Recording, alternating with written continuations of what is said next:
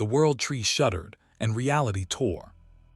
Diana of Themyscira had felt dimensional rifts before, Flash's speed force breaches, boom tube activations, and magical portals torn by Constantine's desperate rituals. This was different. This was dying. The fabric between mythological realms unraveled not from invasion but from absence, as if something fundamental had been ripped from existence's foundation. She'd been consulting with Zatanna about disturbances in the Greek magical ley lines when the pull became irresistible. Zeus's blood in her veins, responding to a cosmic wound she didn't understand. Then she was falling through white fire and frozen darkness, her father's name a scream torn from her throat by winds that tasted of ash and endings. Diana crashed into snow so deep it swallowed her like a frozen ocean. The impact would have shattered mortal bones. For her, it was merely disorienting divine constitution adapting instantly to the shock. She rose, snow cascading from her armor, and took stock. The lasso of truth remained coiled at her hip, warm and humming with Hesht's blessing. Her bracelets gleamed, indestructible and ready. The god-killer sword rested against her back, its weight familiar and deadly. But something felt wrong. The magic here was different, not the bright clarity of Olympian divine power or the structured precision of Shazam's lightning. This was older, colder, carved in runes rather than written in celestial Greek.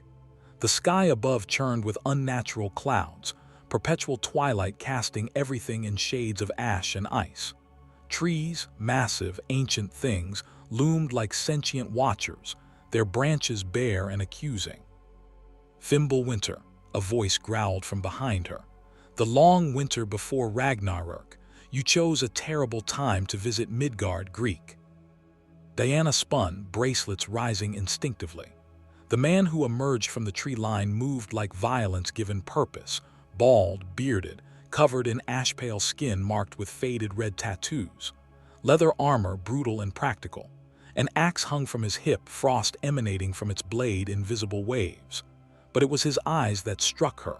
Golden, ancient, burning with the kind of rage that had long since learned patience. Behind him, a boy, no, a young man, perhaps 14, with Norse features and sharp, intelligent eyes that studied her with open curiosity rather than his companion's suspicion. A bow rested in his hands, arrow half-nocked.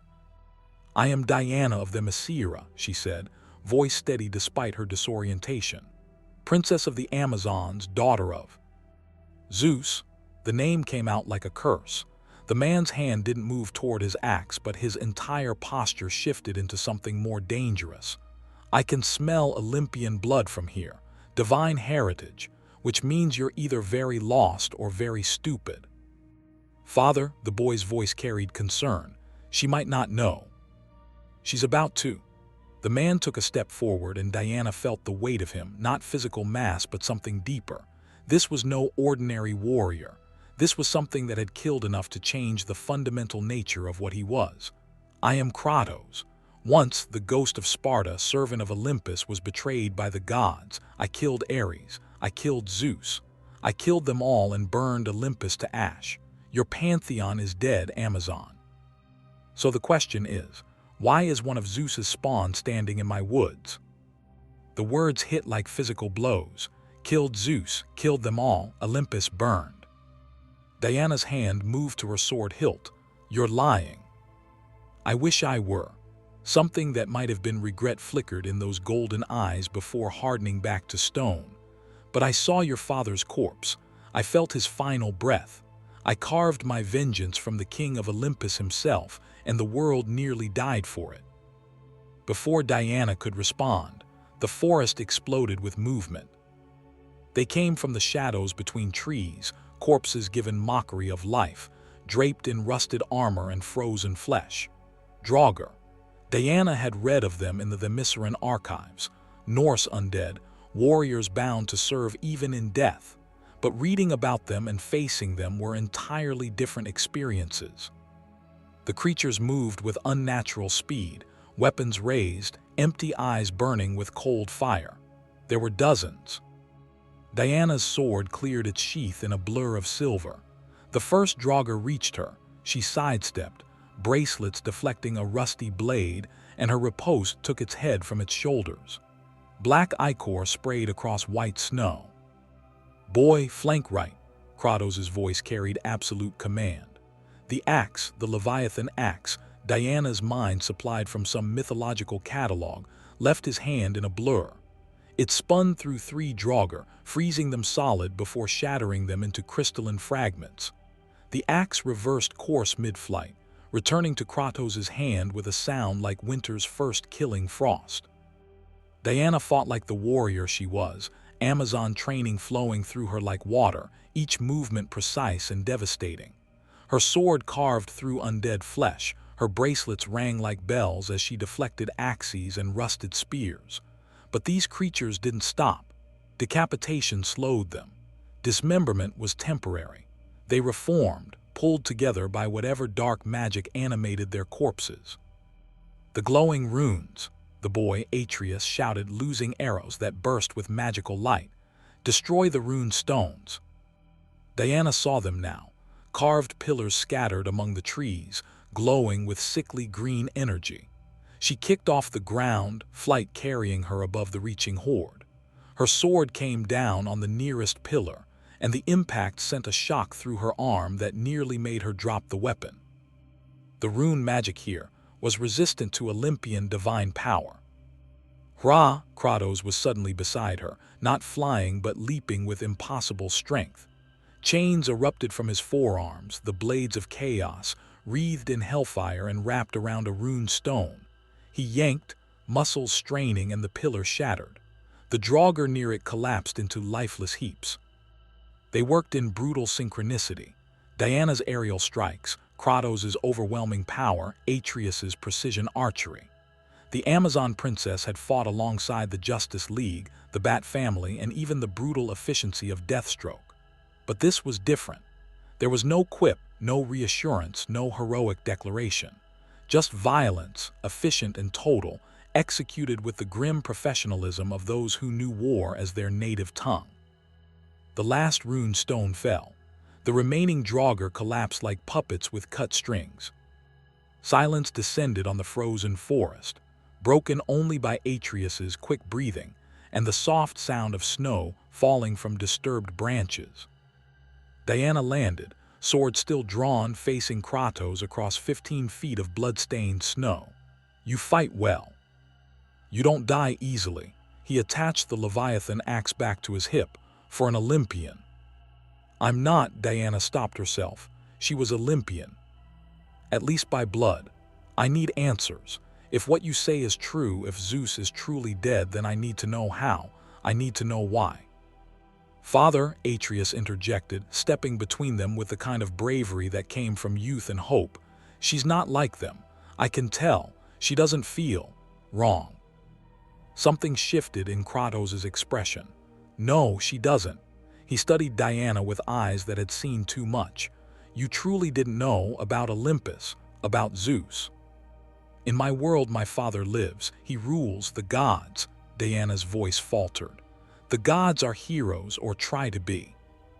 "Your world," a new voice, Scottish-accented and sharp with intelligence, emerged from Kratos' belt. Diana stared at what appeared to be a severed head. A living severed head dangled there, eyes bright with interest. "Oh, this is fascinating. Not just from Olympus, but from an alternate Olympus. A dimensional traveler, a refugee from a reality where Zeus wasn't a complete bastard. Brother, the metaphysical implications." "Mimir," Kratos said, a warning in his voice. Right. Introductions first, cosmic speculation later." The head somehow managed a cheerful expression despite being, well, a head. "Mimir, smartest man alive. Technically debatable given my current state, at your service, lass. And if you're from another world where Zeus is a proper father instead of a raging tyrannical." "He killed my mother," Diana said quietly. The words emerged before she could stop them. "In my world Queen Hippolyta, she forbade Amazon contact with men, with the gods. He came anyway. I am the result. Raised with love but born from." She couldn't finish. Kratos' expression didn't soften, but something in his posture shifted. Recognition. understanding. Then perhaps your Zeus and mine were not so different after all.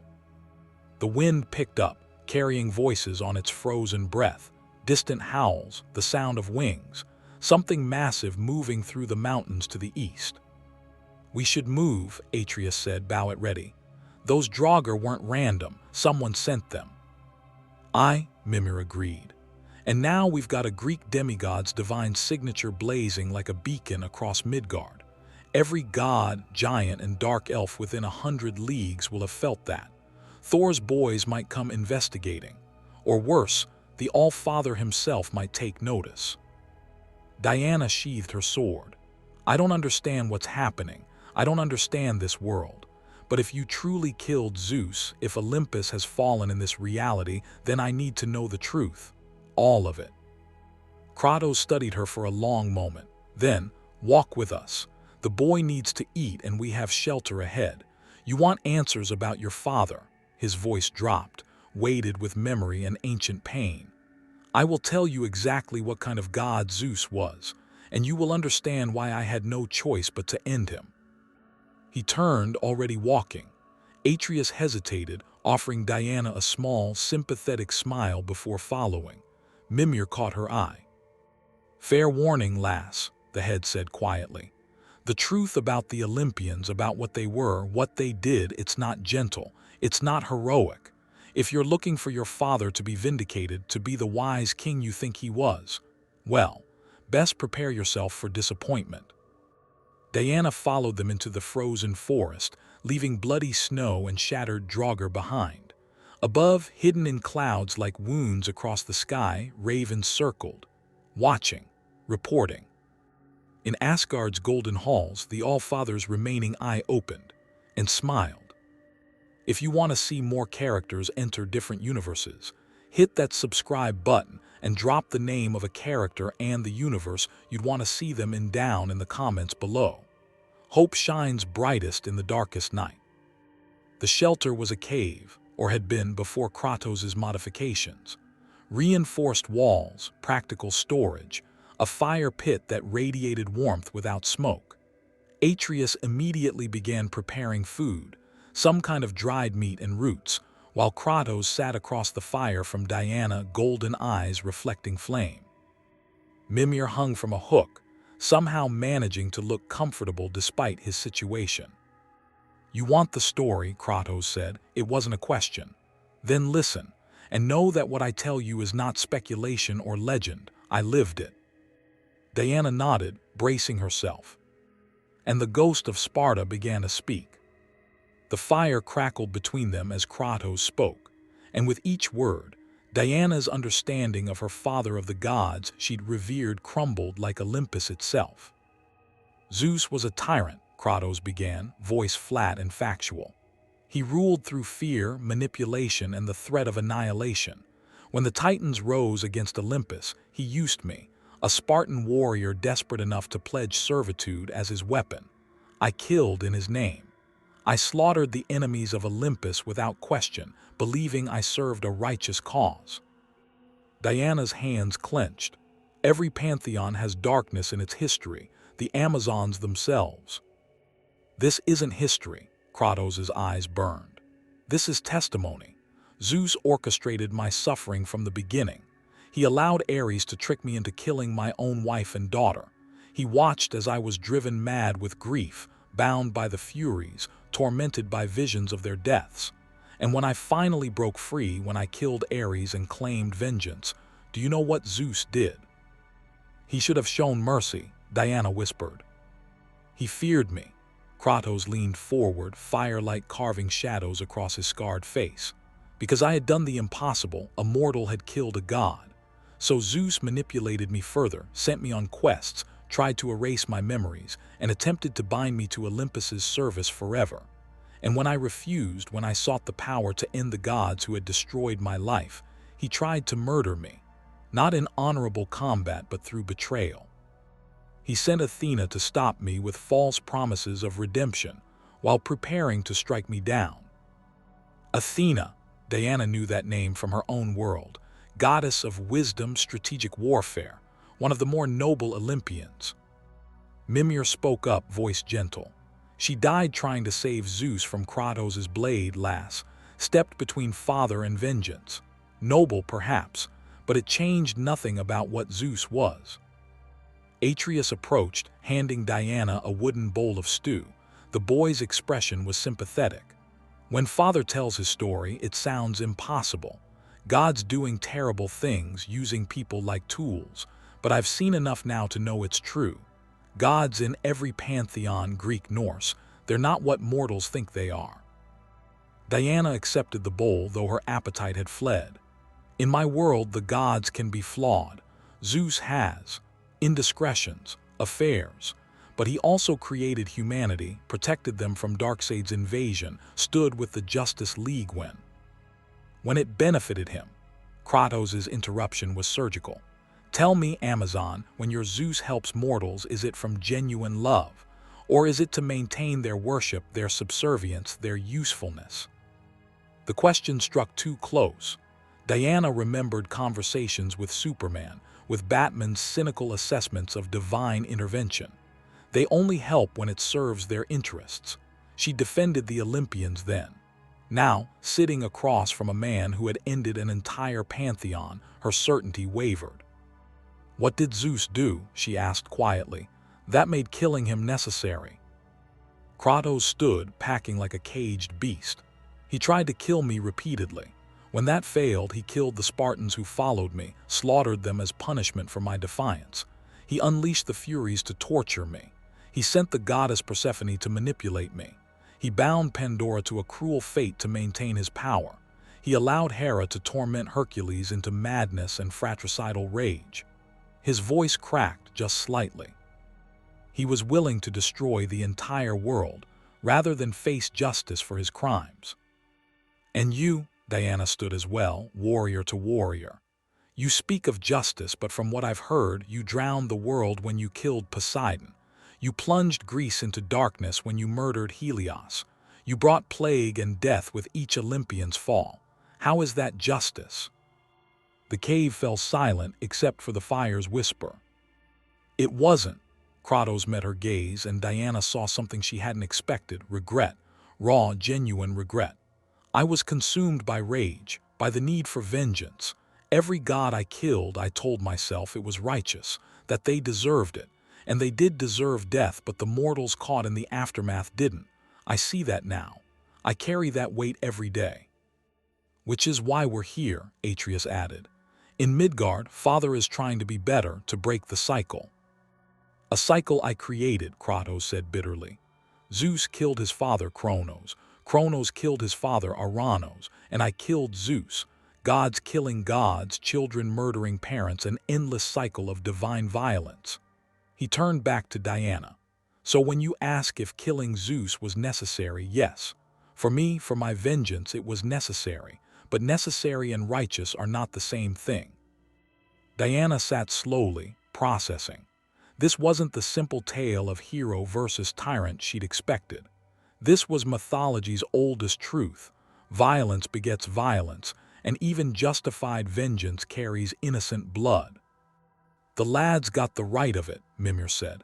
Kratos is trying to change, to be better than what Olympus made him, which is why having a Greek goddess show up in Midgard is complicated. I'm not a goddess, Diana said automatically.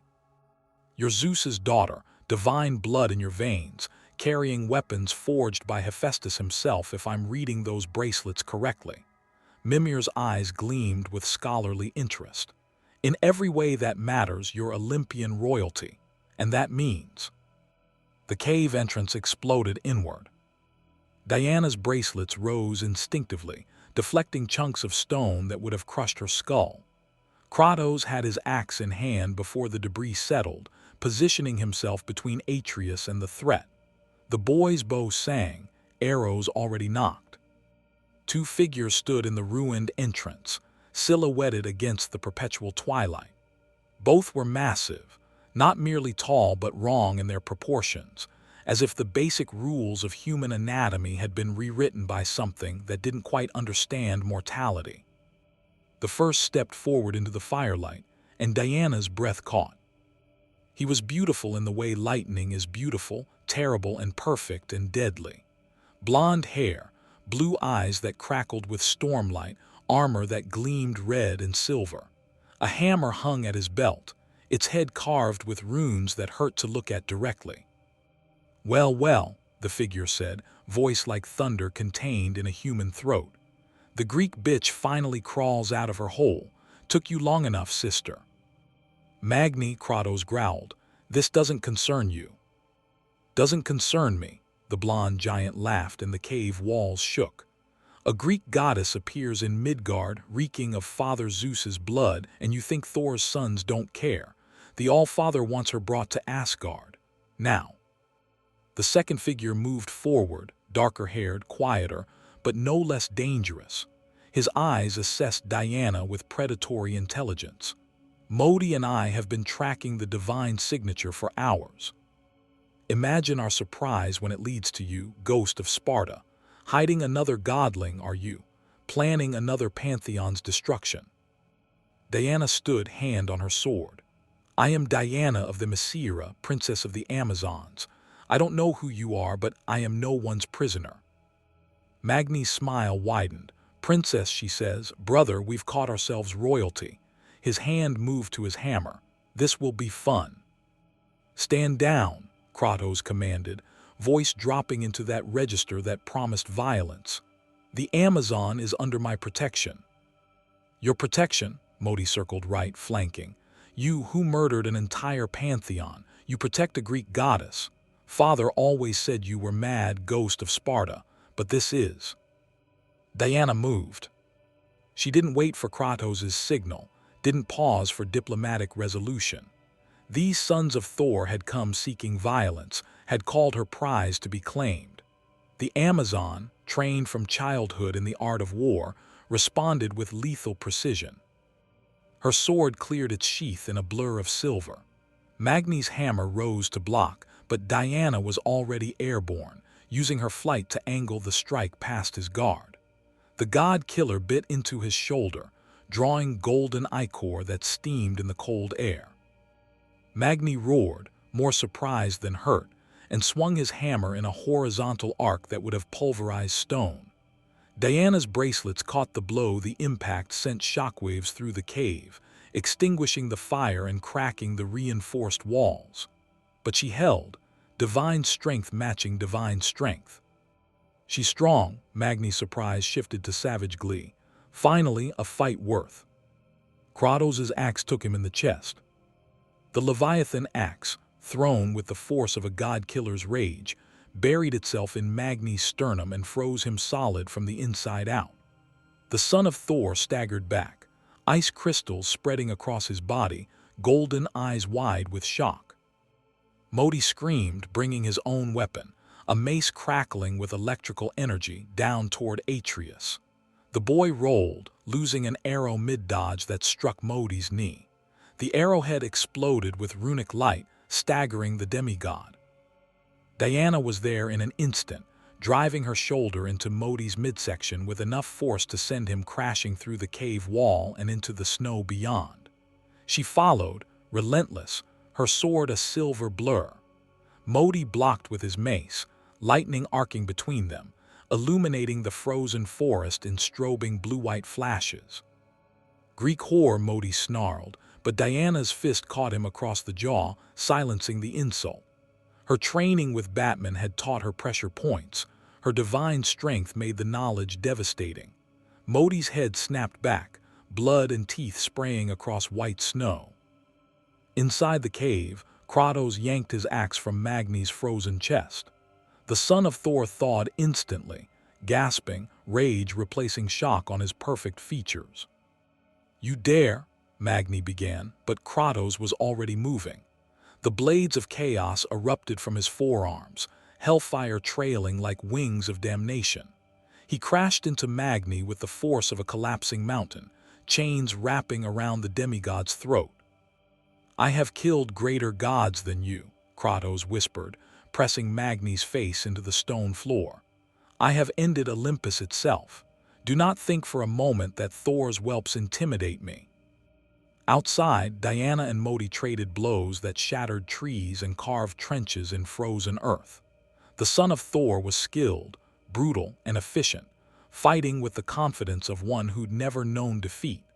But Diana had trained with Ares himself, had faced Doomsday and Darkseid, had stood against threats that would break lesser warriors. Her lasso of truth unwound from her hip, golden light cutting through the gloom. It snaked around Modi's wrist, and Hestia's blessing forced truth from his lips even as he struggled.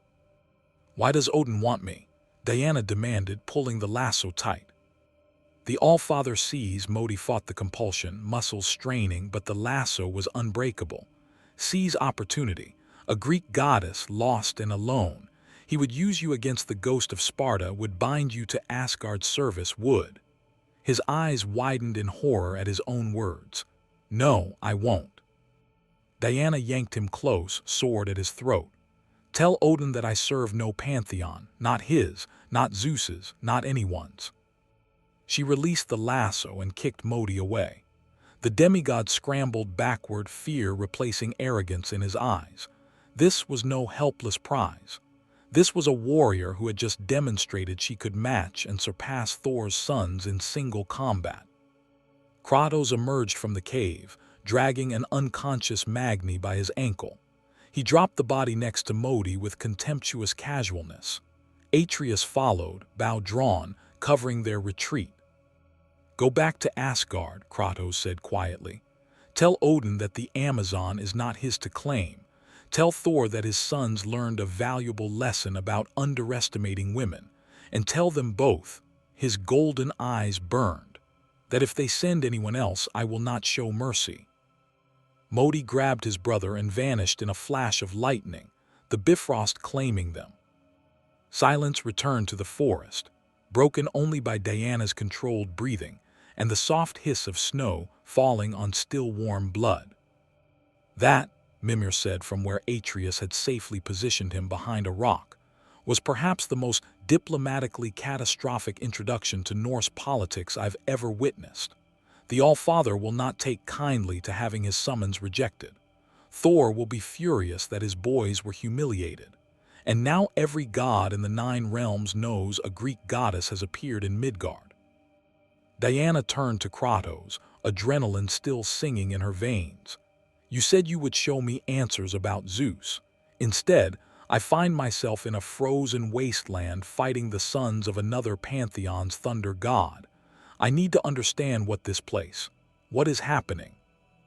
Kratos studied her for a long moment, then made a decision. "Come, there is someone you need to meet. Someone who can explain not just what happened to Olympus, but what is coming for all of us." He began walking north, toward mountains that clawed at the sky like frozen fingers. "And perhaps she can help you find a way home, if that's truly what you still want." Diana followed, questions multiplying with every step. But one thing had become crystal clear. In this world of brutal gods and savage justice, her idealism would be tested in ways the Justice League had never prepared her for. And somewhere in Asgard's golden halls, Odin smiled and placed a new piece on the cosmic game board. The journey north took them through forests that seemed carved from nightmare trees twisted into grotesque shapes, frozen waterfalls suspended mid-cascade like captured screams, and everywhere the oppressive weight of Fimbulwinter's endless cold. Diana's divine constitution protected her from the worst of it, but she could feel the wrongness in this realm's magic, the way it pressed against her Olympian heritage like oil against water. Atreus walked beside her, his youthful curiosity overcoming the cautious distance his father maintained. "So in your world, the gods actually help people, like, genuinely?" "They try," Diana said carefully. The conversation with Kratos had planted seeds of doubt, but she wouldn't abandon her entire worldview based on one broken pantheon. "My mother's people, the Amazons, were created by the goddesses to be exemplars of what humanity could become. Athena, Artemis, Hestia, they guide us, protect us." "Athena protected Kratos too," Atreus said quietly. "Until she didn't. Until he became more useful as a weapon than a person." Diana had no response to that. Mimir spoke from Kratos' belt, his tone professorial. The lad's not trying to shatter your faith, lass, but you have to understand that in every realm I've studied across every pantheon, the gods operate on a fundamentally different moral framework than mortals. They're not evil precisely. They're other. What seems like cruelty to us is divine necessity to them. What looks like capriciousness is cosmic balance. That's a convenient excuse for tyranny, Diana countered. It is, which is why Kratos' rampage through Olympus, for all its horror, wasn't entirely unjustified. The head's eyes gleamed. But here's the question that should trouble you, princess. If the gods of your world are truly different, truly benevolent, then why do they allow suffering? Why do they permit injustice? Your mother was assaulted by Zeus, yet the other Olympians did nothing. Where was Athena's wisdom then? Where was Hera's protection? Diana's jaw clenched.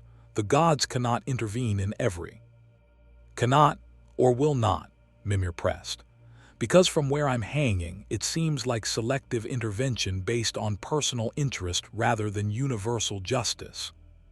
Enough! Kratos' command cut through the theological debate.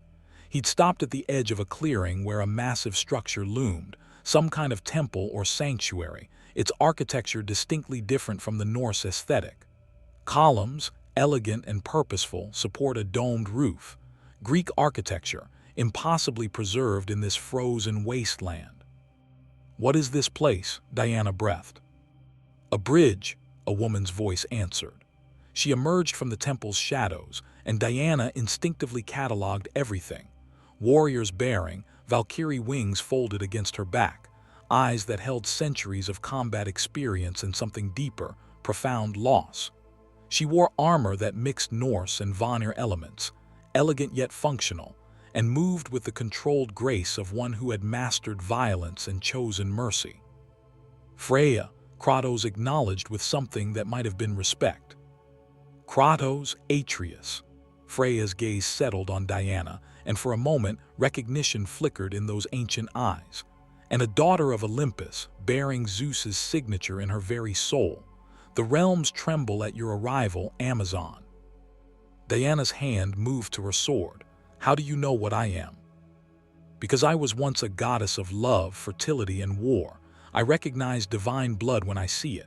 Freya descended the temple steps, studying Diana with an intensity that felt like being weighed on cosmic scales. More than that, I recognize the look in your eyes, hope, idealism, the belief that gods can be better than their worst impulses. Her expression softened.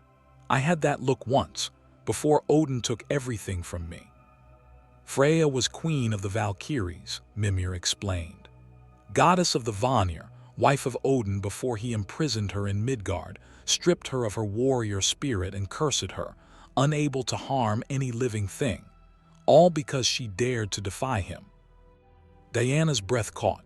Another pantheon, another tyrant god, another woman stripped of power and agency. He had no right. He had every right by Asgard's laws. Freya's voice carried bitter acceptance. He was the All-Father, king of the Aesir, master of the 9 realms. I was merely his queen, expected to smile and obey and birth his warriors. She turned to Kratos. But you didn't bring her here for my tragic history. You brought her because she needs to understand what's coming and what role she might play in it. Kratos nodded. Ragnarök. The word hung in the air like a death sentence. The prophecy has been set in motion, Freya continued, leading them into the temple. Inside, the walls were covered in mural images of gods fighting, realms burning, a great wolf swallowing the sun, and serpents encircling the world. Baldur's death triggered it. My son was killed by Kratos to save the boy. The pieces are moving. Fimbulwinter has begun. Soon, Thor will come. Then Odin. Then the end of everything. Diana studied the murals, her strategic mind honed by years with the Justice League, analyzing the scenario. Prophecy isn't destiny. It can be changed, subverted. Not this one. Freya's certainty was absolute. Ragnarök isn't merely a battle. It's a cosmic reset written into the fabric of this reality. When the gods fall, the realms will be consumed, and from the ashes a new cycle begins. This is how the Norse cosmos works: eternal recurrence, death, and rebirth. That's insane, Diana said flatly. That's Norse mythology, lass, Mimir added, not exactly known for its optimism. Atreus spoke up, voice determined. But we can change it. We have to. I'm supposed to be Loki in the prophecy, the betrayer, the one who sets everything in motion. But I don't have to be. I can choose differently. Freya's expression softened as she looked at the boy. Your father's son, so much hope in you despite everything. She turned back to Diana. Which brings us to why your arrival matters. You're not part of the prophecy.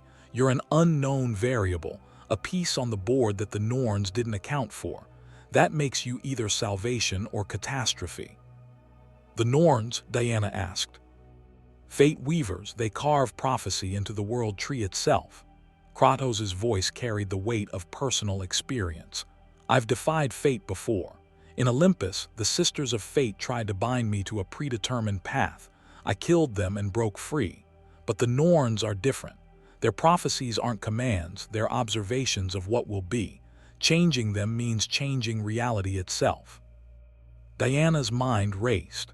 In her world, she'd faced destiny before, fought alongside the Justice League against Darkseid's anti-life equation, stood with Superman against Doomsday, and helped Batman prepare for apocalyptic scenarios. But this was different. This wasn't a threat to be punched or outsmarted.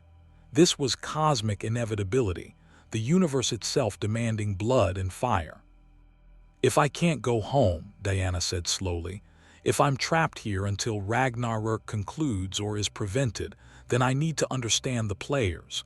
You've mentioned Odin, Thor, and these Norns. What about allies? Who stands against the end of everything? Freya and Kratos exchanged glances. That's complicated, Freya admitted. In the prophecy, everyone dies.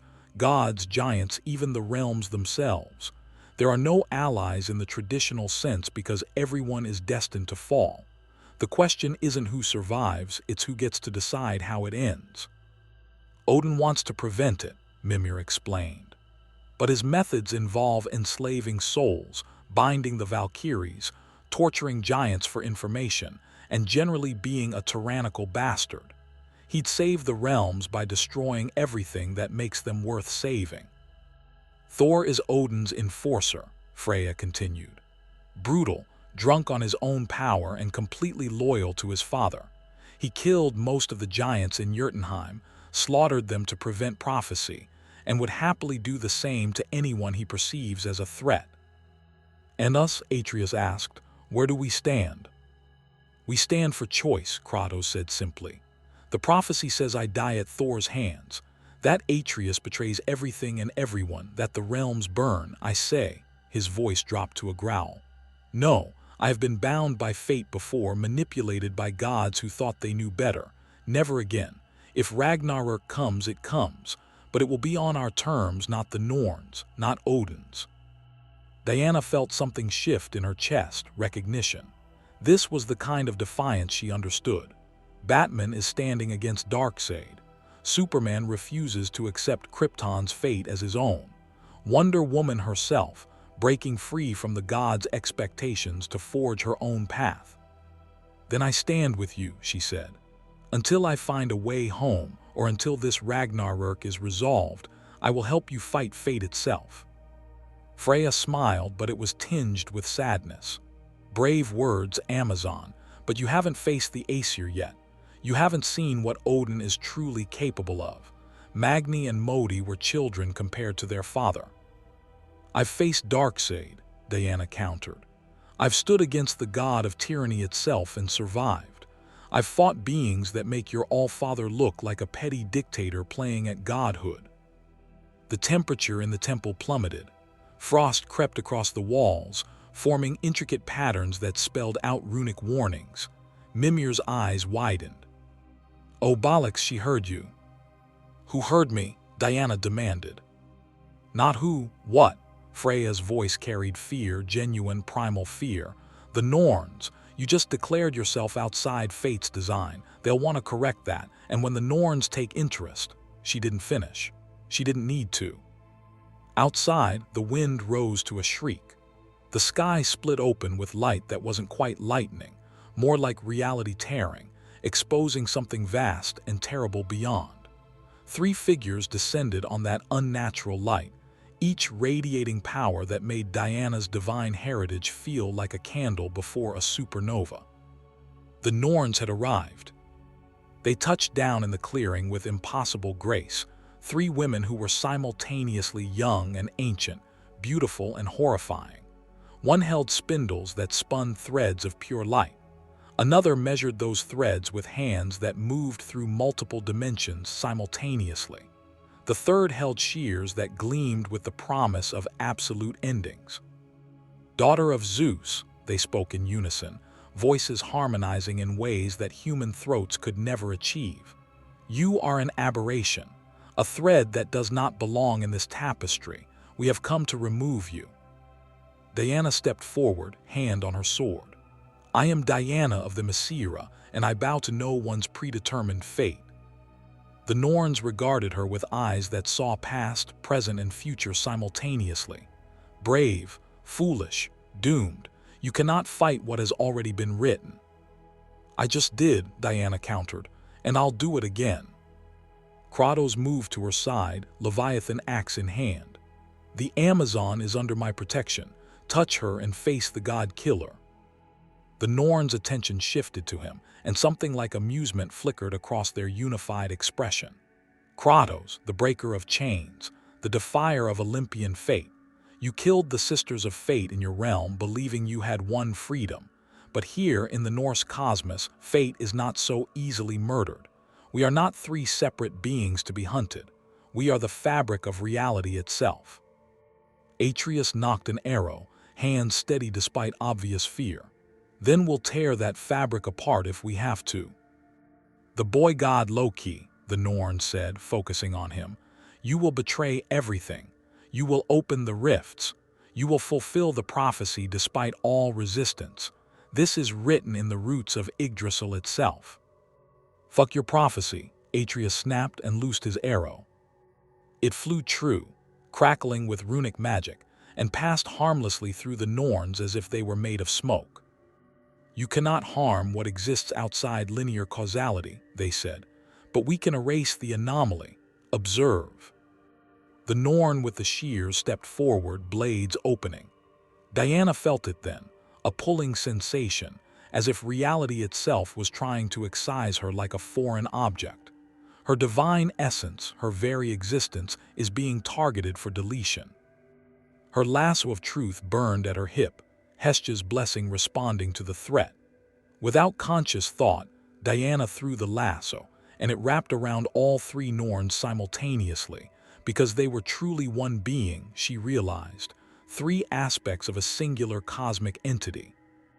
The lasso pulsed with golden light, and the Norns screamed. "Truth," they shrieked, their unified voice fracturing into discord. "The lasso compels truth, but we are the truth. We are what is, what was, what will be." Diana pulled, channeling every ounce of her divine strength. "Then tell me the truth. Can Ragnarök be prevented? Can fate be changed?" The Norns struggled, their forms flickering between solid and ethereal. And then, forced by the lasso's compulsion, they spoke. "Yes." The single word hung in the air like a revelation that shattered worlds. "But the cost," they continued, unable to stop the truth from flowing. "The cost is everything. To change Ragnarök's end, one must change its beginning. To rewrite the prophecy, one must become the prophecy. The Amazon has the power. Zeus's daughter, carrying Olympian divinity into Norse fate, could serve as the catalyst, but in doing so she would be consumed, erased. Every reality she has touched, every life she has saved, unmade as if she never existed." Diana's grip on the lasso faltered. Total erasure. Not just death, but retroactive non-existence. The Norn seized the moment, pulling free from the lasso and dissolving into light. Their final words echoed as they vanished. "The choice is coming, Amazon, and no lasso can compel you to choose wisely." Then they were gone, leaving only frost patterns and the memory of cosmic certainty. Diana stood in the clearing, hands still raised where the lasso had been, processing what she just learned. Freya approached carefully. "I'm sorry you had to hear that," the former goddess said quietly. "The Norns are many things, but they don't lie. If they said the cost of changing Ragnarök is your complete erasure." "Then I have a decision to make," Diana finished. She turned to Kratos, seeing him with new understanding. "You knew. When you fought Olympus, you knew that killing the gods would devastate Greece, but you did it anyway." "I was selfish," Kratos admitted. "My vengeance mattered more than the world. I live with that every day." His golden eyes met hers. "But you're not me. You're a hero. You would sacrifice yourself to save this realm, even knowing the cost." "Wouldn't you?" Diana challenged. Kratos was silent for a long moment.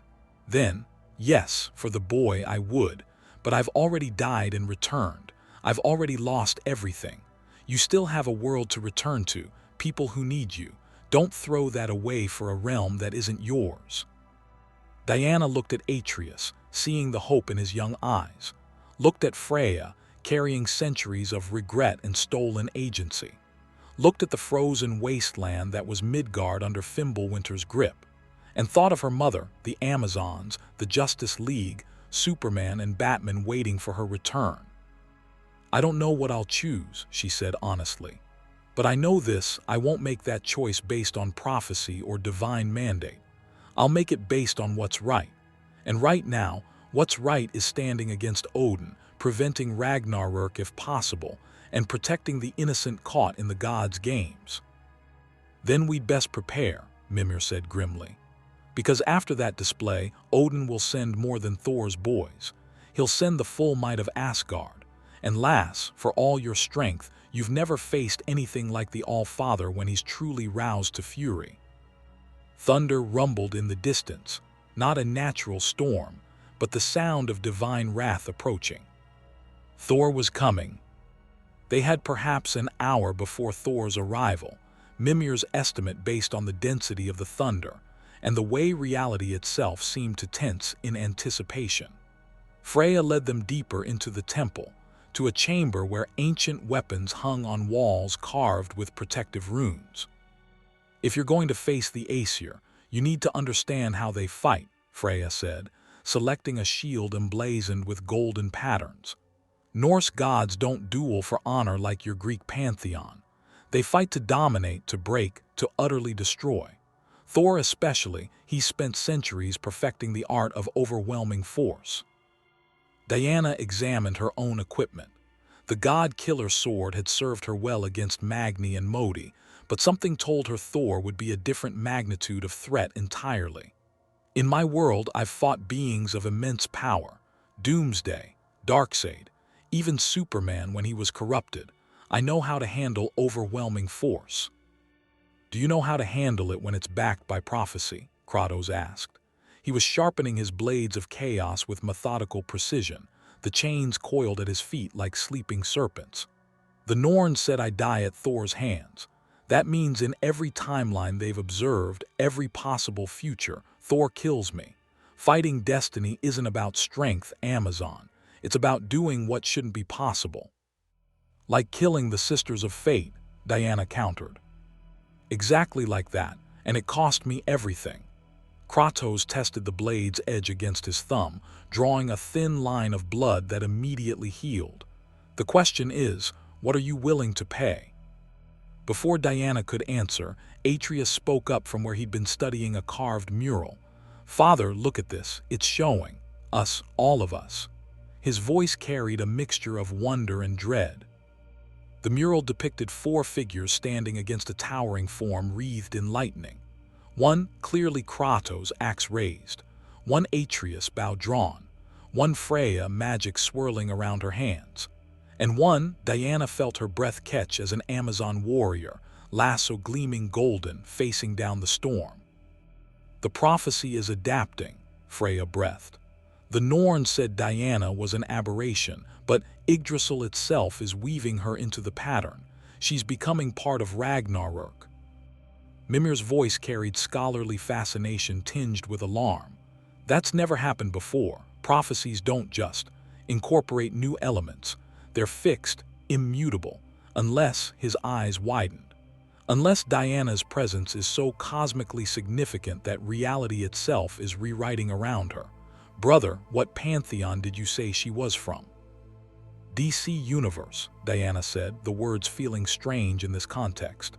A reality where gods are heroes, where justice means something, where she stopped, realizing how naive it sounded here. Where Zeus isn't a tyrannical monster. Freya's tone was gentle, not mocking. I envy you that world, Diana, truly, but you're not there anymore. You're here, where gods are forces of nature, terrible, beautiful, and utterly indifferent to mortal suffering. The question isn't whether your world's ideals can survive here, it's whether you can. The temple shuddered. Dust fell from ancient beams. Outside, the thunder had become a constant roar, and through the windows they could see storm clouds gathering with unnatural speed, black shot through with electric blue, swirling in patterns that suggested intelligence and malice. He's here, Kratos said quietly. Everyone defensive positions, Freya. I can't fight, she reminded him bitterly. Odin's curse. I can't harm any living thing, remember. I can shield you, enhance Atreus's arrows, but the moment I try to strike Thor directly, the magic fails. Then shield and enhance. Kratos moved toward the temple entrance, and Diana noticed how his entire demeanor shifted, from the controlled, almost paternal figure he'd been with Atreus to something ancient and terrible. This was the ghost of Sparta, the god-killer, the force that had ended Olympus. Amazon, can you fly in this? Diana tested her divine gift, lifting a few feet off the ground. The Norse magic still resisted her Olympian heritage, making flight feel like moving through water instead of air, but it worked. Yes, not as easily as home, but yes. Good, aerial advantage matters against Thor. He can fly, but he's not graceful. Use that. Kratos' tactical mind, honed through countless wars, was already assembling the strategy. Atreus, runic arrows, target his hammer arm. If we can separate Mjolnir from Thor even for a moment.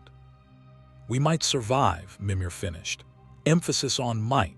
No one's ever actually beaten Thor in single combat. Killed him, yes, in Ragnarok prophecy, but defeated him while he lives. That's rarer than Odin's honesty. The temple doors exploded inward, with a sound like the world cracking. Thor stood in the ruined entrance, and Diana understood immediately why prophecy favored him. He was massive, not merely tall but dense with muscle and power, red hair wild, beard braided with storm silver, eyes that crackled with perpetual lightning. Mjolnir hung from his hand, deceptively casual, radiating enough power to make the air itself tremble. But it was his expression that struck Diana most, not rage or battle fury, but cold, analytical assessment. This was a warrior who'd fought for centuries, who knew exactly how dangerous he was. Kratos, Thor rumbled, voice like distant thunder made articulate. Been too long since our last chat. You killed my boys, Magni and Modi. Well, humiliated them enough that they might as well be dead. That requires recompense. Your sons attacked first, Kratos said flatly. They were warned. They were testing, seeing if the ghost of Sparta still had teeth. Thor's gaze shifted to Diana, and she felt the weight of his attention like physical pressure. And this must be the Greek anomaly. Zeus's daughter, bleeding Olympian divinity all over Midgard. You know, I met your father once. A long time ago before you were born. Arrogant bastard, thought he was the only thunder god who mattered. I showed him differently. Diana's hand moved to her sword. You fought Zeus. Fought, drank with, eventually got bored with his pontificating and left. Greek gods are all talk, no substance. Pretty lightning, pretty words, but when it comes to real power, Thor hefted Mjolnir, and the hammer sang with barely contained devastation. They're just tourists playing at divinity. Careful, Thor, Freya warned, magic already swirling around her hands in defensive patterns. She's not her father. No, she's worse. She's got idealism. Thor's laugh was genuinely amused. I can see it in her eyes, justice, heroism, all that noble rot. You actually believe you're a hero, don't you, Amazon? Actually think you can stand against me and win through righteousness? Diana launched herself at him. No warning, no declaration, no heroic speech. Batman had taught her that sometimes the best strategy was an overwhelming first strike.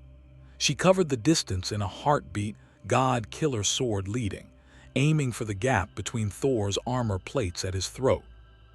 The blade never connected. Thor caught her wrist mid-strike with his free hand, gripped like an iron vise, and slammed her into the temple floor hard enough to crack stone.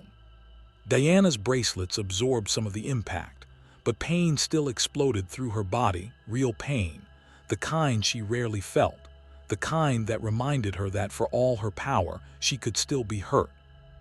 Fast, Thor acknowledged. Strong, well-trained. Zeus did one thing right, at least gave you decent genetics. He raised Mjolnir. Now let me show you what a real thunder god can do.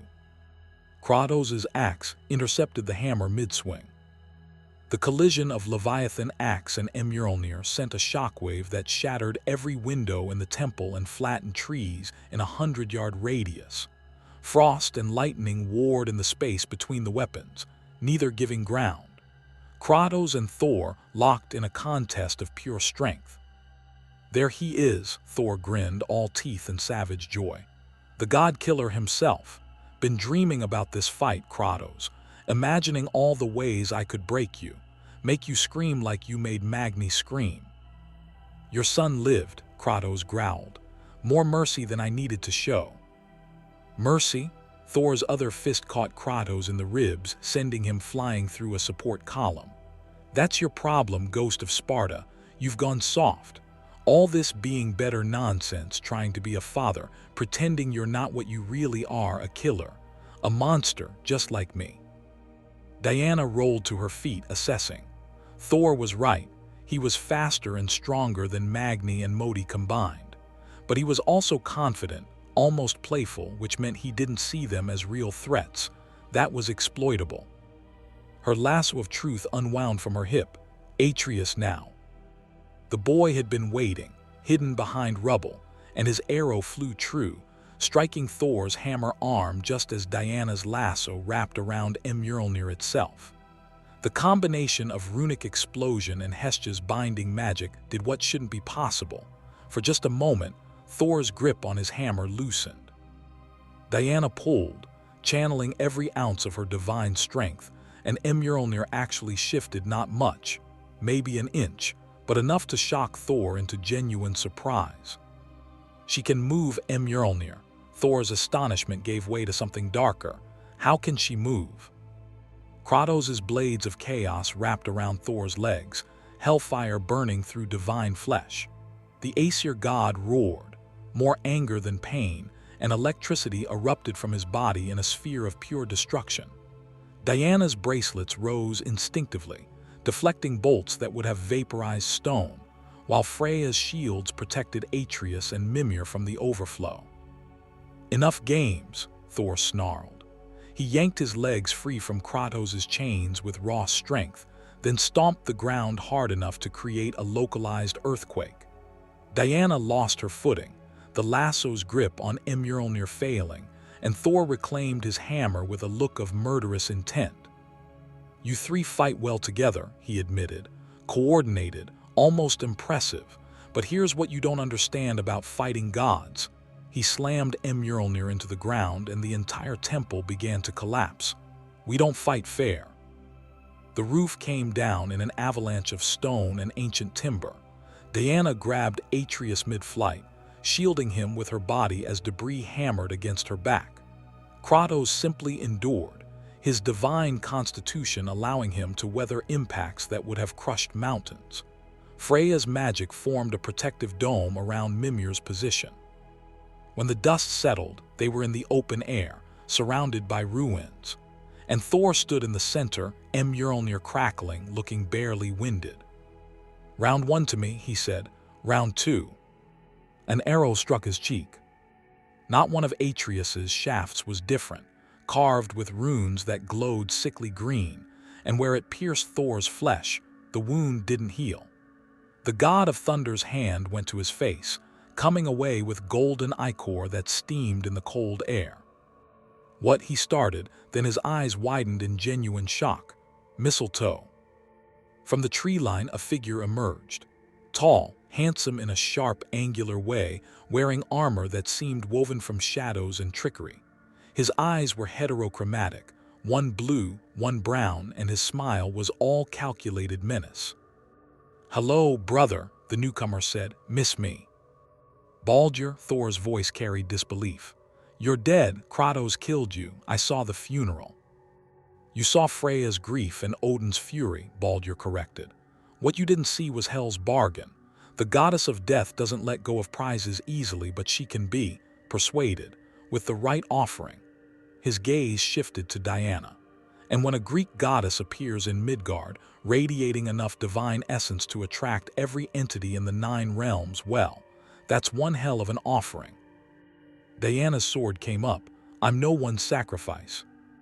"Not yet," Baldur agreed. "But Odin's very interested in you, Amazon. Interested enough to send me back from hell to collect you, with extreme prejudice if necessary." He rolled his shoulders and Diana could see the wrongness in him, a man who died and returned, carrying death's taint like a second skin. "See, I can't feel anything. Pain, pleasure, hot, cold, all gone. Freya's protective curse backfired spectacularly. But in hell, surrounded by the dead, I learned something useful, how to share that numbness, how to make others feel the void." He gestured and the temperature plummeted. Not a normal cold, this was the absolute zero of death itself, the temperature of graves and endings. Diana felt it creeping into her bones despite her divine warmth, felt her movements slowing, her thoughts becoming sluggish. "Baldur, you son of a Thor," started, but even he was affected, frost forming on his beard. "Relax, brother, I'm not here to fight you. I'm here to collect the Greek and bring her to father. You want to kill Kratos? Fine, do it, but the Amazon is mine." Baldur began walking toward Diana, each step leaving footprints of absolute cold that killed the ground itself. "Come quietly and I promise you'll live. Fight, and I'll drag your frozen corpse to Asgard. Either way, Odin gets what he wants." Diana tried to move, but the death cold had seeped too deep.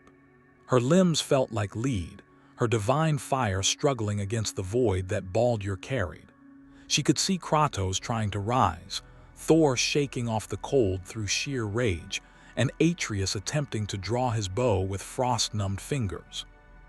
They were going to lose, not through lack of strength or skill, but through the simple fact that they were facing 2 Aesir gods simultaneously, one the mightiest warrior in the 9 realms, the other literally blessed with invulnerability and cursed with death's touch.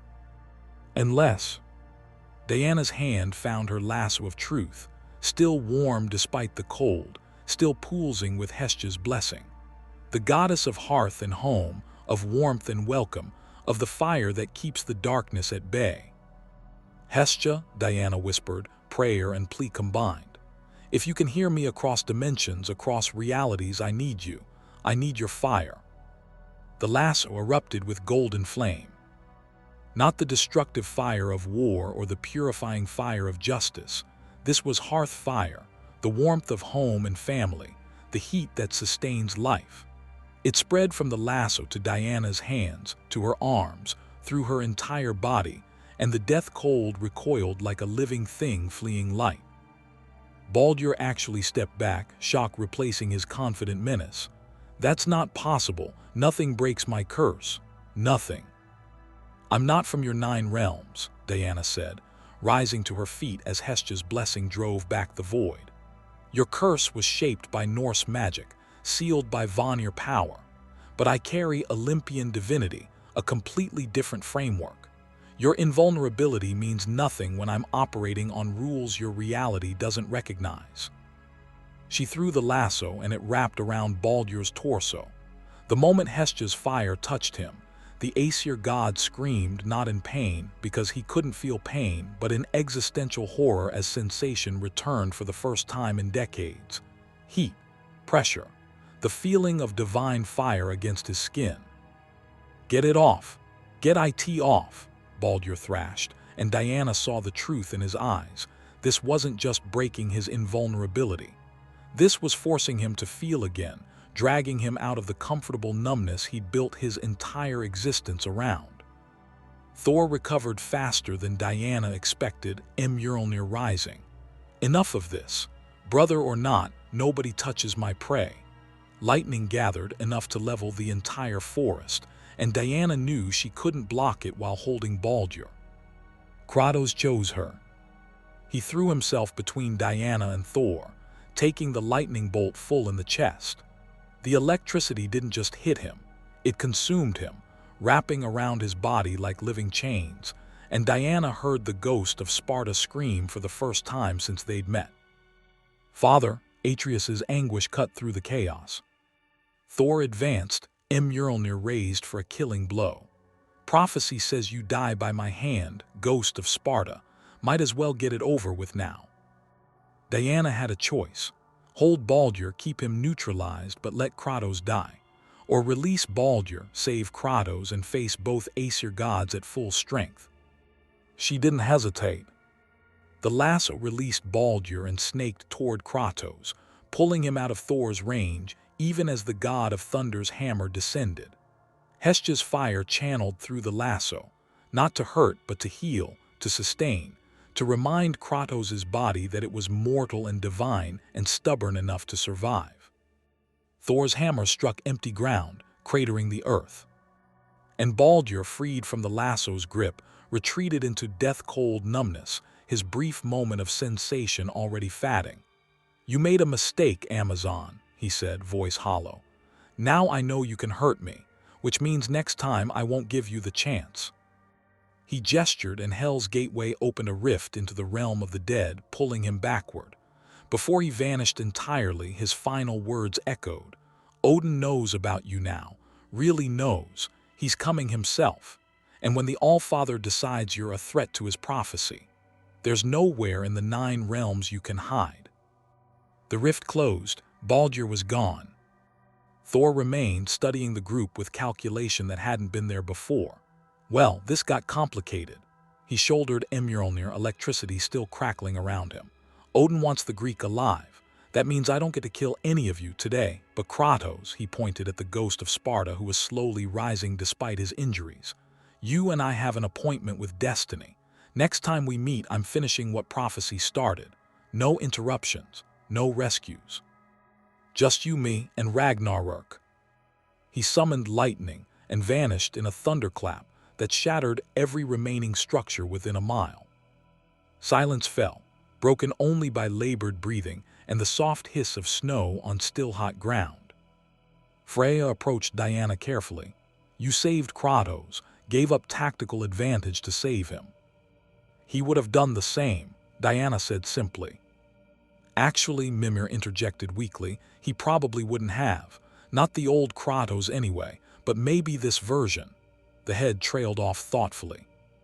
Kratos stood, burns already healing through sheer divine stubbornness. He looked at Diana, really looked, seeing her perhaps for the first time not as a Greek goddess to be mistrusted, but as a warrior who'd proven herself in the crucible of battle. "Thank you," he said quietly, 2 words he probably hadn't spoken in decades. "For the boy, if I'd died." "You didn't," Diana interrupted. "And we're going to make sure you don't, prophecy be damned." Atreus moved to his father's side, relief and determination warring in his expression. "We need a plan. If Odin's coming, if he wants Diana for something, we can't just wait here." "The lad's right," Mimir agreed. "We need allies, real ones. And there's only one place in the 9 realms where Odin's reach doesn't extend absolutely." "Jotunheim," Freya breathed. "The realm of the giants, but the gates are sealed. Thor slaughtered most of them and the survivors." "Might help us," Kratos finished. "If we can reach them, if we can convince them that fighting Odin's prophecy is worth the risk." He turned to Diana. "This is your choice, Amazon. You could try to leave, find a way back to your world through the world tree's roots or some other magic. Or you could stay, help us fight, and risk everything the Norns warned you about." Diana thought of her mother, of the Justice League, of the world she'd left behind. Then she looked at Atreus, so young, so determined to break the cycle of divine violence. At Freya, stripped of her power but not her dignity. Kratos himself was trying desperately to be better than what Olympus had made him. She thought of what Odin would do with her if captured, what horrors he'd inflict to bend her to his will, to use her divine essence for his own purposes. And she thought of what Superman would do, what Batman would counsel, what her mother would want. "I stay," she said firmly, "until Ragnarök is prevented or survived, until Odin is stopped, until this world has a chance at something better than endless prophesied destruction. I stay." Kratos nodded slowly. "Then we go to Jotunheim, we find the giants, and we show the Norns that prophecy isn't as absolute as they think." As they gathered their gear and prepared for the journey, Diana caught Atreus watching her with something like hope in his eyes. The boy who was supposed to betray everything, looking at her like she was salvation itself. She prayed to the gods she wasn't sure could hear her across dimensions, that she wouldn't fail him. Because in the distance, in Asgard's golden halls, Odin was watching through his raven's eyes, and the All-Father was smiling. The journey to Jotunheim required preparation that bordered on the mythological. Freya explained as they gathered supplies in the ruins of her temple. The realm of the giants wasn't simply another location in the Nine Realms. It was sealed behind barriers that Thor himself had reinforced with centuries of divine murder, each dead giant another lock on the gate. "The only way through is the mystic gateway in the mountain peak called Jotnar's Descent," Freya said, spreading a map carved on ancient leather across a makeshift table. "But it requires a giant's essence to activate. Blood, specifically. Fresh blood from one of the last living Jotun." "And where exactly do we find a living giant?" Diana asked. "When Thor spent centuries ensuring they went extinct." Atreus spoke up quietly. "I'm part giant, on my mother's side. Laufey the Just, she was Jotun." He met Diana's surprised gaze. "It's why I can hear their language, why the runes speak to me differently than they do, Father. My blood should work." Kratos' expression hardened. "No." "Father." "I said no." The ghost of Sparta's tone carried absolute finality. "We find another way. I will not offer my son's blood to open a gate, even to save the realms. There is always another way." "Spoken like someone who's sacrificed everything but his child," Freya said, not unkindly. "Kratos, I understand your reluctance, but if Atreus' blood is the only key, then we forge a new key." Diana stepped forward, tactical mind already working through alternatives. "Magic is just applied knowledge, correct? If a giant's blood opens the gate, it's because the blood carries specific divine markers, genetic signatures that the gate recognizes. We need to understand what those markers are and reproduce them."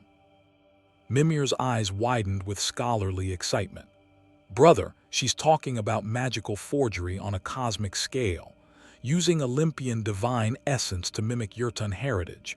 It's brilliant and possibly suicidal. I love it." "Can it work?" Kratos asked. "In theory."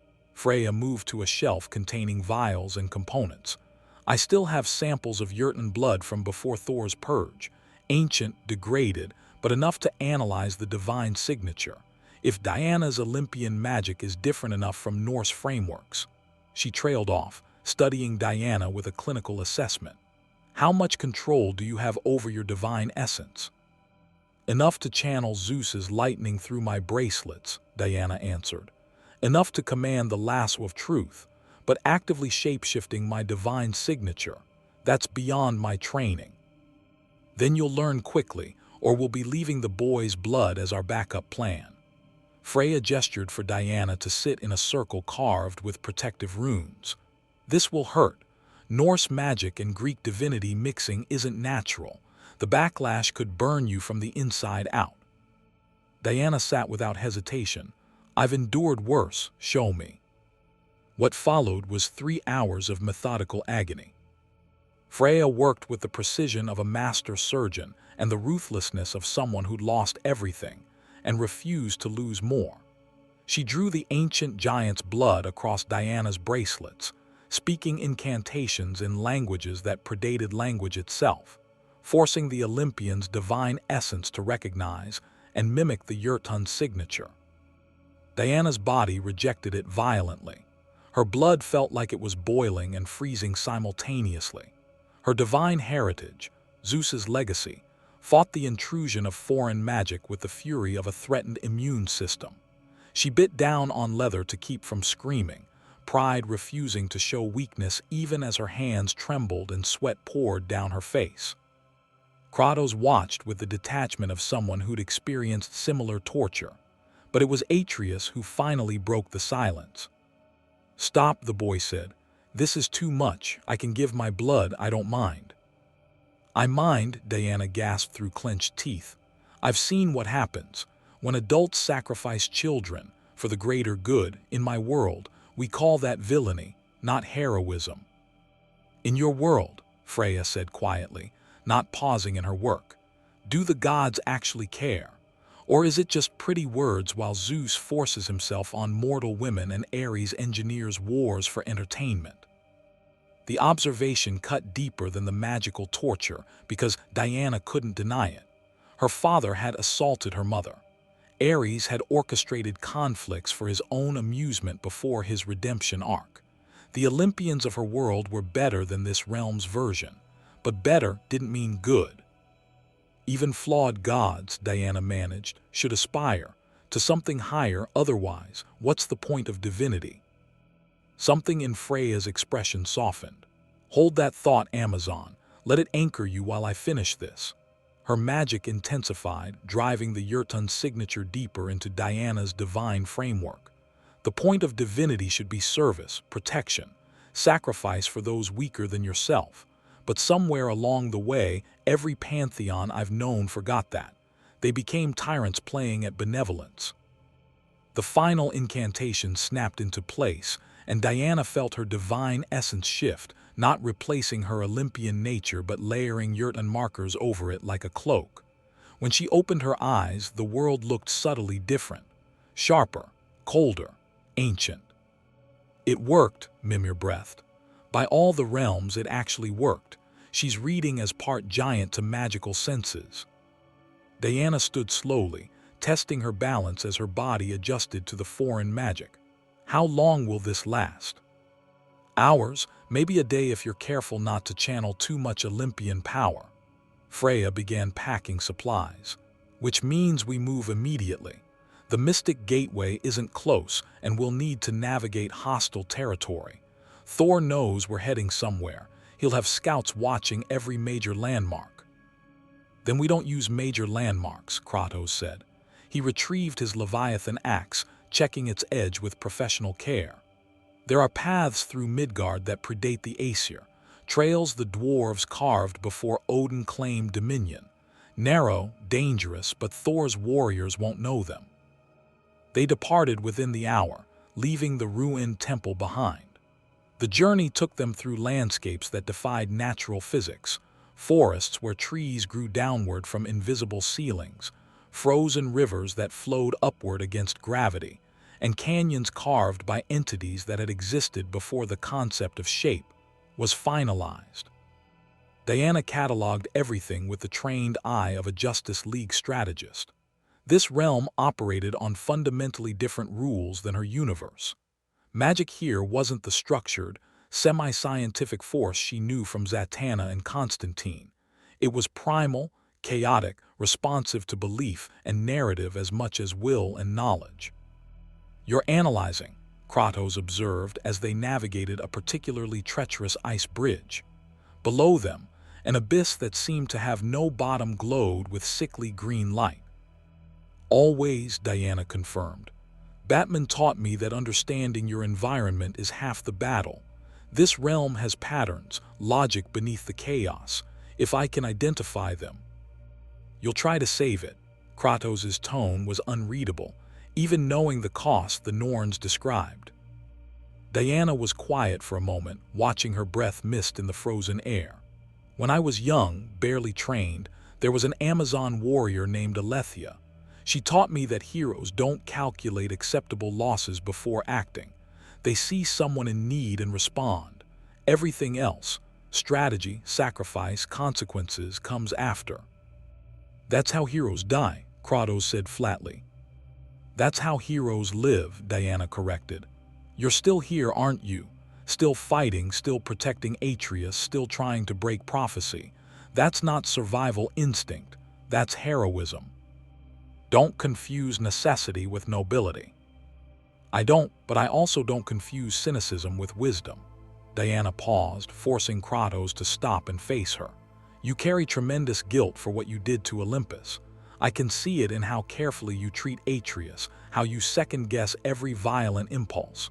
But that guilt means you still believe things could have been different, that you could have been better. That's not the thinking of a monster, it's the thinking of someone who wants redemption. Kratos was silent for a long moment, golden eyes searching her face. Then, in my experience, redemption is something gods promise and mortals die seeking. It doesn't exist. Then why are you trying so hard to be better? Before Kratos could answer, Atreus called from ahead. Father, Diana, you need to see this. They hurried forward to where the boy stood at the edge of a cliff, overlooking a massive valley.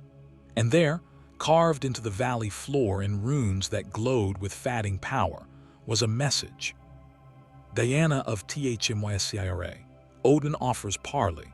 Tomorrow at the stone Circles. Come alone or watch Midgard burn. Well, Mimir said into the shocked silence, that's ominous. Freya's magic flared, scanning the runes for traps or tracking spells. It's genuine. Odin's signature, bound with enough power that breaking the oath would cost him dearly. He's serious about the parley. It's a trap, Kratos said immediately. Odin doesn't negotiate, he manipulates. He'll say whatever Diana wants to hear, promise whatever she needs, and the moment she trusts him, he'll spring whatever scheme he's actually planning. Diana studied the message, mind racing through possibilities. The All-Father wanted her specifically, had sent his sons, dispatched Baldur from hell itself, and now offered negotiation. Why? What did an ancient Norse god want with a Greek goddess from another dimension? The Norns said I could change Ragnarok's outcome, she said slowly. What if Odin thinks he can use me to prevent it entirely, not by fighting fate but by incorporating me into it somehow, using my divine essence to rewrite the prophecy? That's exactly what he'd try, Freya confirmed, fear creeping into her voice. Odin is obsessed with preventing Ragnarok. He's tortured giants, enslaved Valkyries, torn families apart, all to gather knowledge that might let him survive the end. If he thinks Diana's cross-dimensional nature gives her power over prophecy itself.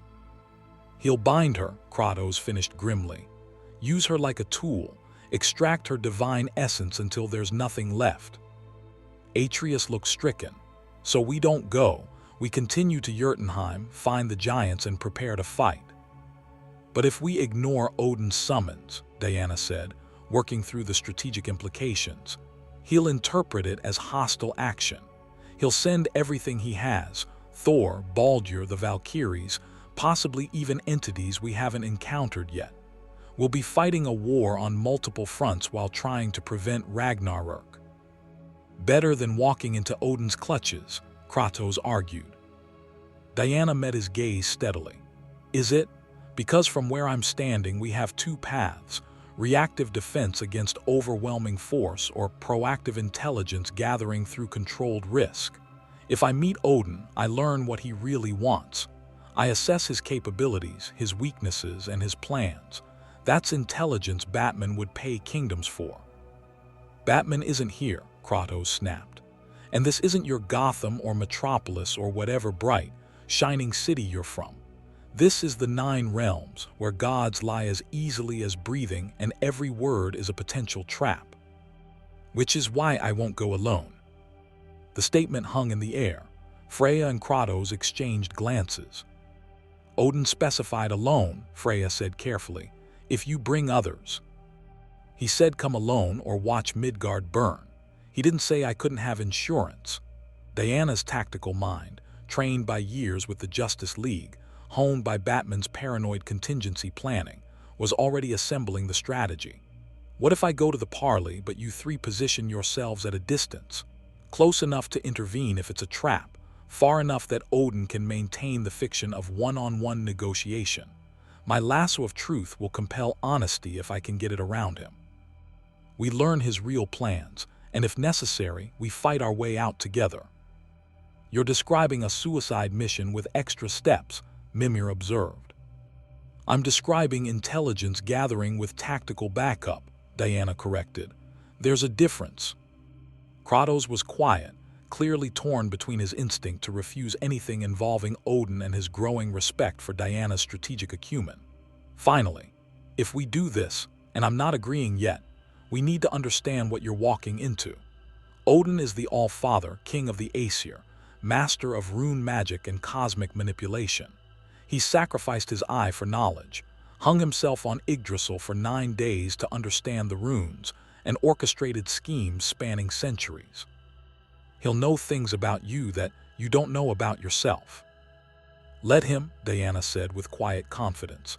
I know things about myself that he can't possibly understand. I know what it means to be raised by women who chose compassion over vengeance. I know what it means to stand beside Superman and Batman, to embody hope and justice even when it's hard. Odin may have knowledge, but I have conviction. And in my experience, conviction beats knowledge when it matters. Freya smiled, genuine, warm, the first real smile Diana had seen from her. You know what? I believe you. Against all logic and experience, I actually believe you might survive this. We'll need to prepare, Kratos said, acceptance in his voice if not enthusiasm.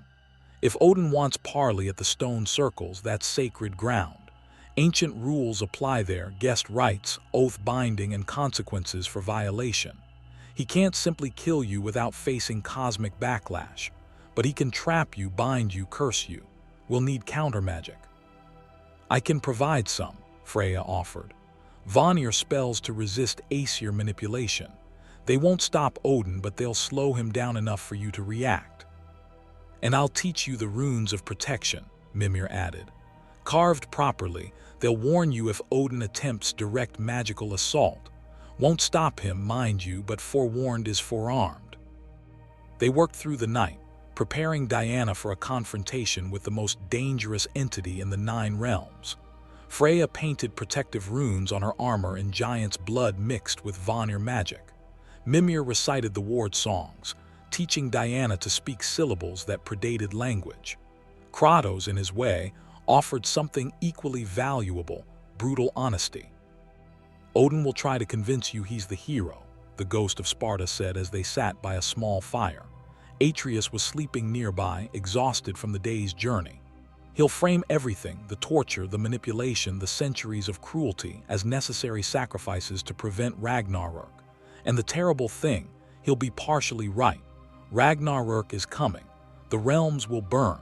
From a certain perspective, his actions could be justified as desperate attempts to save everything. But, Diana prompted. But he's still a tyrant who treats every living thing as a tool for his purposes. Still a monster who destroyed my people, the Laufey, who cursed Freya, who manipulated his own sons into becoming weapons. Being right about the threat doesn't justify the methods. Kratos stared into the fire, seeing ghosts of past mistakes. That's the lie I told myself in Olympus, that Zeus and the others were too dangerous to live, that I was justified in my rampage. I was right about their corruption, but wrong about thinking violence solved anything. All I did was trade one form of suffering for another. Diana understood then why Kratos had been so resistant to her heroic idealism. He'd been a hero once in his own mind, had convinced himself that his vengeance was righteous, and the weight of discovering otherwise, of recognizing that justified anger and heroic action weren't the same thing, that weight never fully lifted. I won't become what I fight, Diana said firmly. That's the line Batman taught me never to cross. The moment you use your enemy's methods, The moment you sacrifice your principles for expedience, you've already lost the only battle that truly matters. Pretty sentiment, Kratos said. Let's see if it survives tomorrow. Dawn came like a threat. Weak light filtered through perpetual storm clouds, casting everything in shades of ash and old blood. They approached the stone circles carefully, ancient monoliths arranged in patterns that suggested cosmic significance beyond mortal comprehension. Odin was already there. He stood in the center of the circle, and Diana understood immediately why entire realms feared him. He was tall but not imposing, bearded but not wild, wearing robes that suggested wisdom rather than warfare. One eye socket was empty, the price of his knowledge, but the remaining eye was a blue so deep it seemed to contain entire universes of understanding. He looked like a grandfather, a sage, a beloved teacher. He looked nothing like a monster. Diana of the Themyscira, Odin greeted, voice warm and cultured. Daughter of Zeus, princess of the Amazons, champion of justice in a realm so far from here that even Yggdrasil's roots barely touch it. Welcome. Please sit. We have much to discuss. Diana approached slowly, every sense alert for trap or treachery. Kratos, Freya, and Atreus were positioned 100 yards back, hidden among ancient ruins but ready to intervene. Her hand rested casually near her lasso of truth. You wanted parley, Diana said, not sitting. I'm here, talk. Odin smiled, gentle, understanding the expression of someone who recognized strength and respected it. Direct. I appreciate that. Very well. I'll be equally direct. I need your help to prevent the end of all things. Ragnarök is coming, and you are the only being in existence who might have the power to stop it. The Norns said changing Ragnarök would erase me from existence, Diana countered. The Norns, Odin said with careful disdain, are fatalists who believe their observations are prescriptions. They see what will happen and assume it must happen, but you've already demonstrated they're wrong. Your mere presence has altered the prophecy's structure. The question isn't whether you can change fate, you already have. The question is whether you're willing to help me guide that change in the right direction. Diana's tactical mind analyzed every word, every gesture, looking for the deception. Define right direction. Simple, the realms survive. My people live. Ragnarök is prevented, not merely delayed. Odin spread his hands in a gesture of openness. I've spent millennia preparing for this, gathering knowledge, making sacrifices. But I've always lacked one crucial element, power that exists outside the Norse cosmic framework. Your Olympian divinity operates on different principles. Combined with my knowledge of the runes, we could rewrite the prophecy entirely. At what cost? Diana pressed. Honestly, Odin's remaining eye gleamed. I don't know. The magic required would be unprecedented. It might drain your divine essence. It might bind you to the 9 realms permanently. It might cause backlash we can't predict, but the alternative is certain annihilation of everything and everyone in this reality. Billions of souls, countless realms, entire civilizations, all consumed by Ragnarök's flames. He let that sink in, then continued. I know what Kratos has told you about me, and I'll be honest, I've done terrible things, tortured giants, enslaved Valkyries, and manipulated my own children. Every one of those actions haunts me, but they were necessary. When you're the one person who knows the apocalypse is coming, who carries the responsibility of trying to prevent it, moral purity becomes a luxury you can't afford. Diana recognized the argument because she'd heard versions of it before. Amanda Waller justifying Task Force X Batman, explaining his contingency plans. Even Superman, in dark moments, questions whether his power obligated him to control rather than inspire. The argument of every tyrant who'd ever convinced themselves that the ends justified the means. You're asking me to trust you, Diana said slowly. To let you use my divine essence for magic I don't understand, with consequences you admit you can't predict, all based on your assertion that you're trying to save the world. Yes, Odin admitted. I'm asking for faith. From someone who has every reason to mistrust gods, to question authority, to choose the hard path of resistance over the easy path of cooperation. I'm asking you to take a leap of faith that would do credit to your famous lasso. The lasso of truth, Diana said, uncoiling it from her hip. Golden light illuminated the stone circle, Heshta's blessing manifesting as pure, radiant honesty, which compels absolute truth from anyone bound by it. If you're truly being honest, if your intentions are truly to save the realms rather than exploit me, then you'll submit to the lasso's judgment. Odin's expression flickered, just for a moment, calculation and concern crossing his features before settling back into grandfatherly warmth. A bold suggestion, but the lasso is Olympian magic, operating on Greek divine principles. It may not function correctly on a Norse deity. The results could be unpredictable. Then you have nothing to fear if you're being truthful.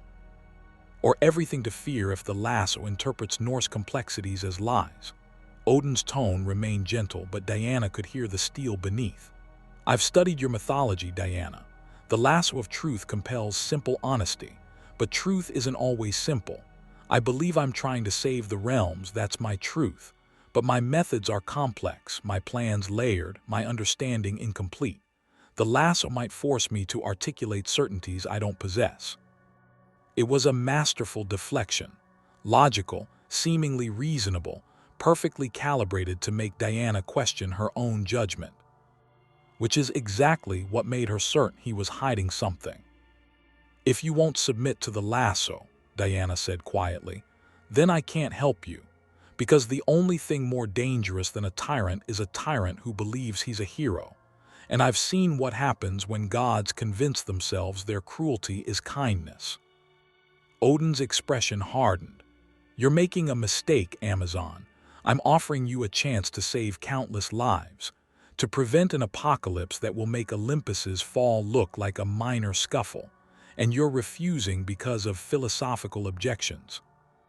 I'm refusing because you're lying. Diana's voice carried absolute conviction. Not about everything. I believe you want to stop Ragnarok, but you're lying about the cost, about what you do with my power, about what happens after, and I won't be another tool in another god's scheme. Then you've chosen. Odin's voice dropped, warmth replaced with arctic cold, and chosen poorly. The stone circle erupted with ravens, thousands of them materializing from nowhere, all with eyes that glowed with Odin's single-eyed awareness. They swarmed Diana, beaks and talons scratching at her armor, blocking her vision, driving her back from the All-Father. Diana's bracelets rang as she deflected attacks, her sword clearing its sheath to carve through the unnatural flock. But for every raven she destroyed, 3 more appeared. This wasn't a physical assault, it was a distraction.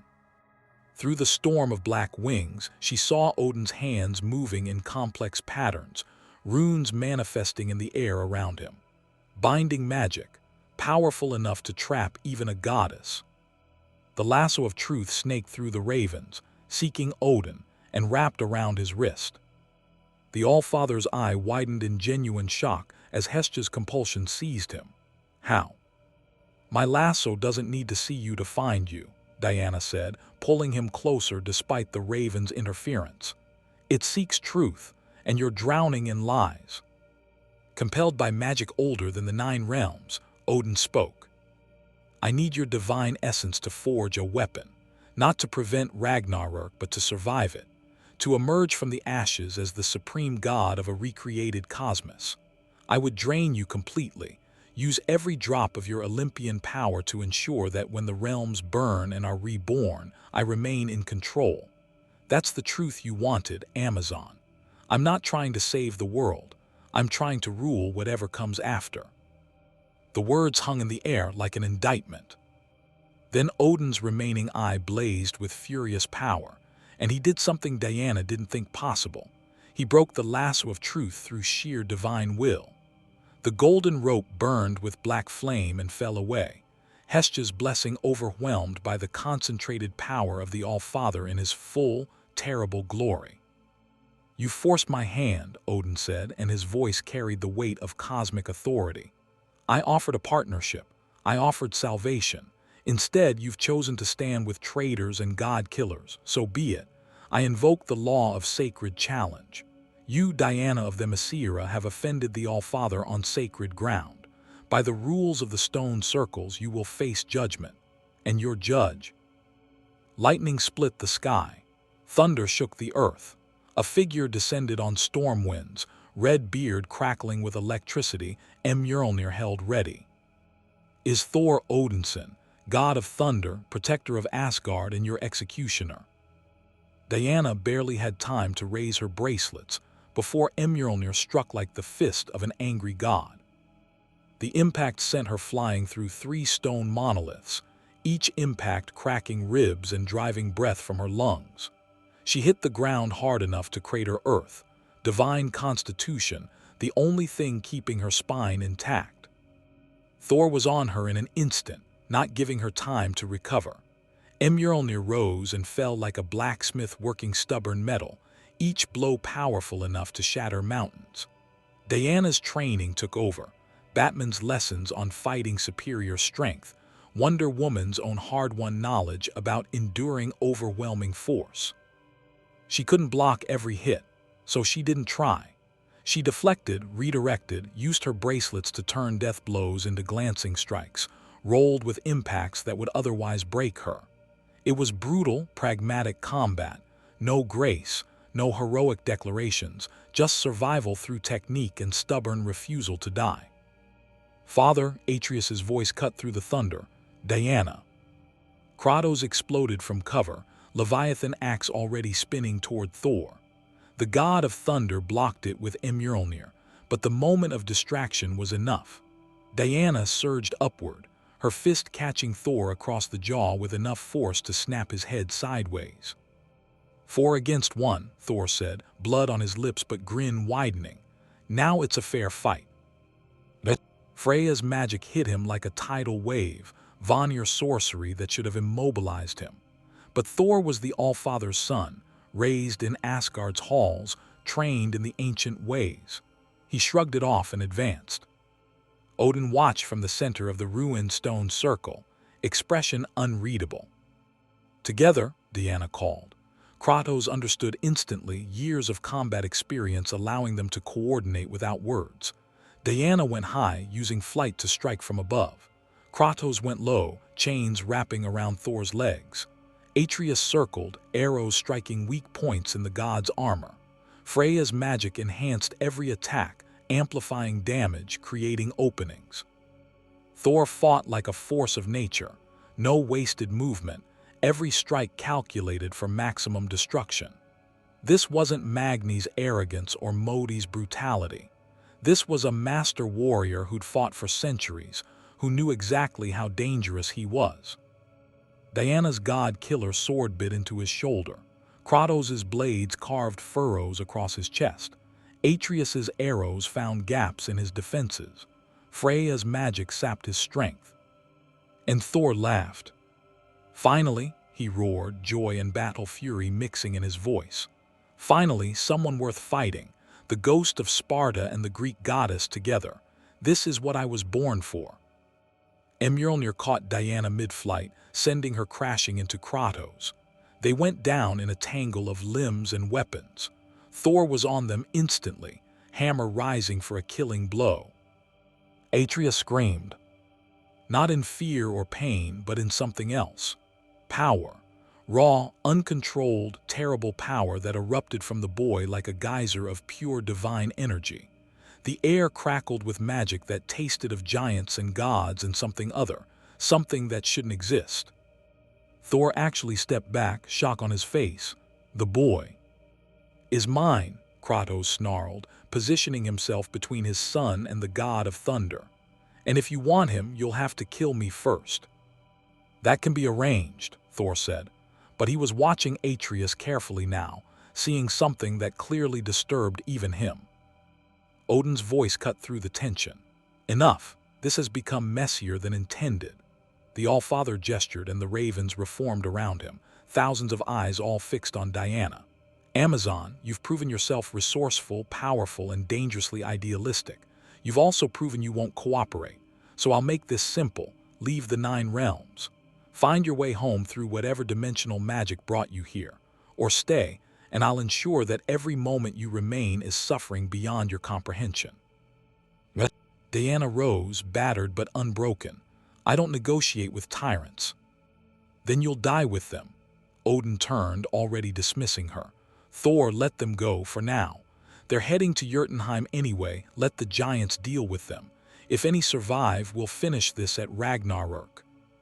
Thor looked like he wanted to argue, wanted to continue the fight. But even the god of thunder didn't defy the All-Father's direct command. This isn't over, Kratos. You and I have an appointment with destiny. I look forward to it, Kratos said flatly. Thunder cracked, and both Odin and Thor vanished, leaving only scorched earth and the echo of cosmic power.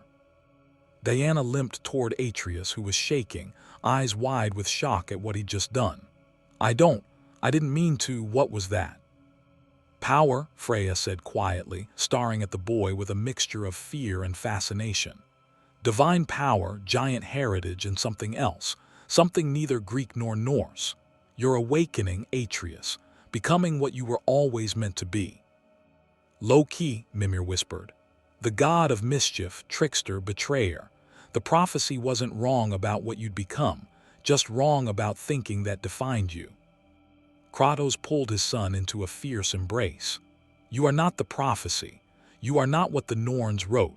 You are Atreus, my son, and I will burn down every realm before I let fate claim you.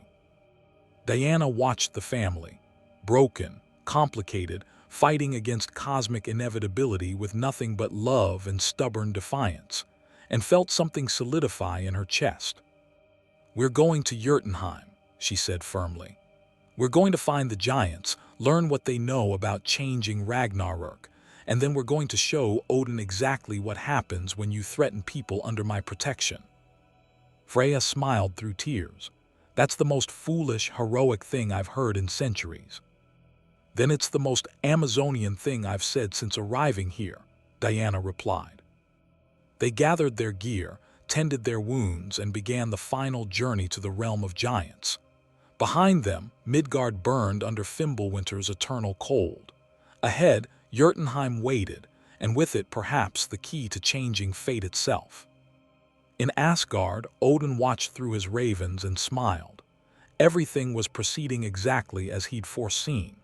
The Amazons' defiance, Atreus' awakening, Kratos' determination, all pieces moving precisely where they needed to be. Ragnarök was coming, and the All-Father would ensure he stood victorious when the flames finally died. But Diana of the Mesira, princess of the Amazons, carrier of Olympian fire into Norse darkness, had made her own prophecy. Hope would endure. Justice would triumph. And when the final battle came, she would stand between tyranny and innocence, regardless of the cost. Because that's what heroes do. Even in realms where heroes aren't supposed to exist.